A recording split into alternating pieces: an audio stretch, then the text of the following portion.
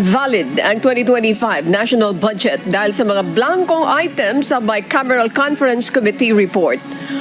Dagdag pa ng dating Pangulo, dapat tumaksyon ng publiko kung hindi maayos ang issue. Pagkaputol-putol yan o may kulang, that is not a valid budget for implementation as law.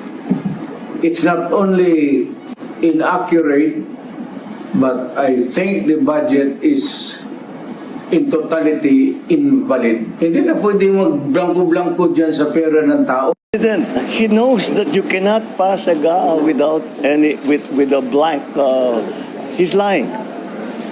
He's lying because he knows perfectly well that that doesn't ever happen. Sa kasaysayan ng buong Pilipinas, hindi pinapayagan na magkaroon ng item ang GAA nang hindi nakalagay kung ano yung project at saka ano yung gastos, ano yung pondo. So, it's a lie. Alam niyo ba na ang halaga dito ay 6.325 trillion pesos? Ang proseso ng budget, hindi po magkakaroon ng enrolled bill kung walang naipasang tama, legal at constitutional na Bicameral Conference Committee final report.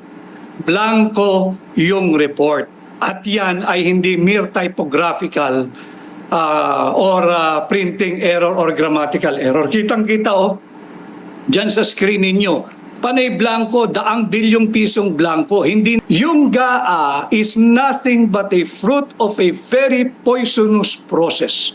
They have abandoned a clear constitutional mandate to safeguard every centavo of the Filipino people's money. Paano natin malalaman? I-open nyo yung insertions. Bakit ayaw ilabas ang bicameral report na may 28 blanks? 'Di ba? Nasaan ang small committee report? Dahil both chambers, sino ang proponent sa Senado, sa House, sino ang nag-insert, magkano ang in-insert.